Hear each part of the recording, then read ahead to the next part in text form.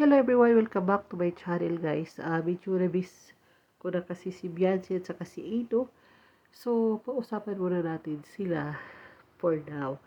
Kasi naalala ko lang, noong unang nakilala ni Ado ito si Beyonce, ay napaka-pahiyain talaga. So, nag-i-import talaga si Ado na maging confident si Beyonce. At saka, sinasadya yata at napansin ko lang na tuwing may ina-unbox para kay Beyonce, talagang si Ino ang mag-a-unbox.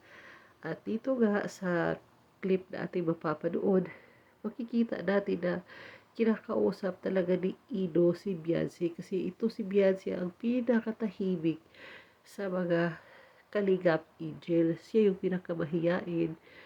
Pero lahat naman sila ng mga Kalingap Angel mababait.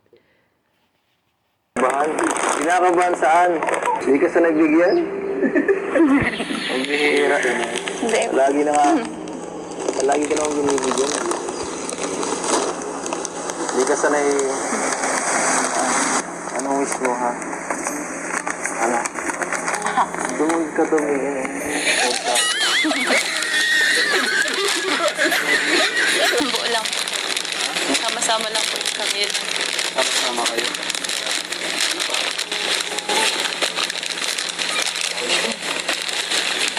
Alam mo, kaya kong ibigay. Oo.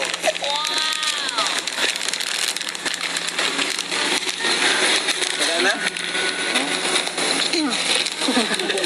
What's wrong with you?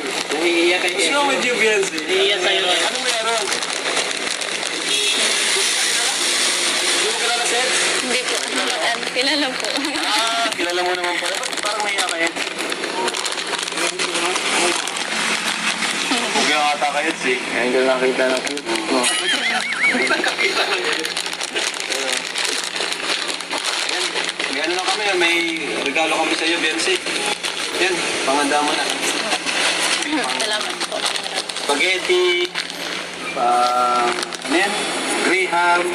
Pero noon yun, kasi ngayon, medyo nag-level up na agad yung confident ni Beyonce. At ayan, naispatan po ng camera na kasama siya ni Kalingap Ino sa pag-vlog. At huwag po natin kalimutang i-subscribe sila Kalingap Rap at ang lahat ng team Kalingap, especially kay Kuya Bal Santos Matubang. Thank you so much. Bye-bye!